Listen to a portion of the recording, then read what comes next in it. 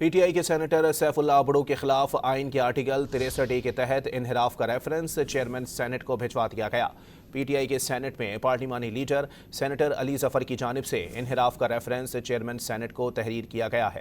بتایا گیا ہے کہ پارٹی ہدایت کے برخلاف 27ویں ترمیم پر ووٹ دینے پر کارروائی کی گئی۔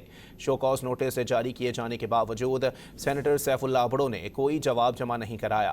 پی ٹی آئی کے مطابق سینیٹر سیف اللہ ابڑو کو صفائی کا بھرپور اور مکمل موقع فراہم کیا گیا۔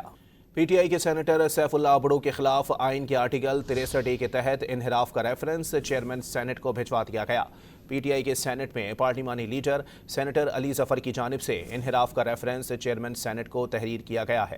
بتایا گیا ہے کہ پارٹی ہدایت کے برخلاف 27ویں ترمیم پر ووٹ دینے پر کارروائی کی گئی۔